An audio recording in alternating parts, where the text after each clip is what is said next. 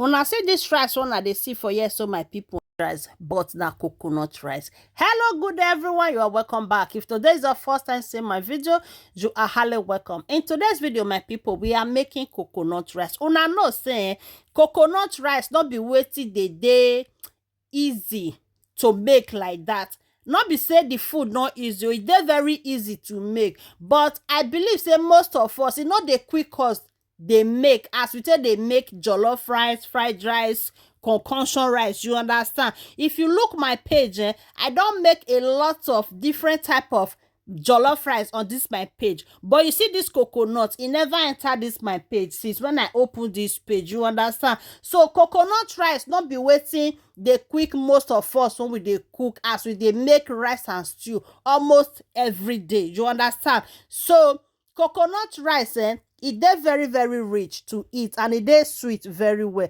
but we no dey quick dey make am. The question be say why the thing be like that? Me myself, when I dey talk now, I can say since the beginning of this year, we are in the month of October.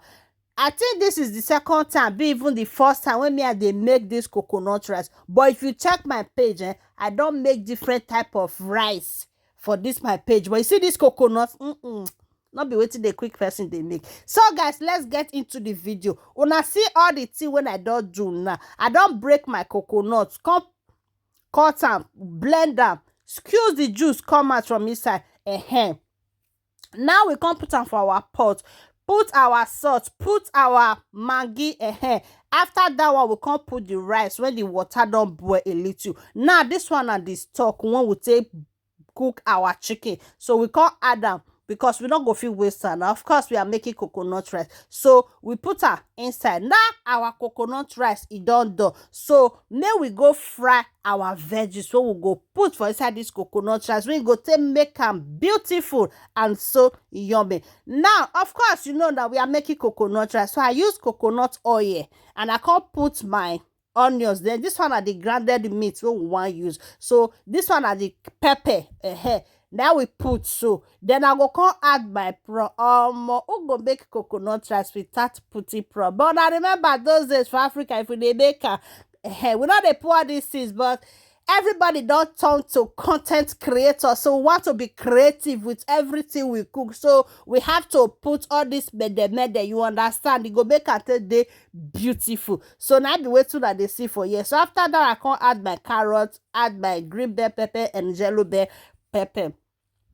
Now everything is set and done, so we are going to put everything in our coconut rice. The aroma alone is giving already. So my people, if you know say you don't watch this video reach, it means say you dey enjoy my video, but you don't want follow this page.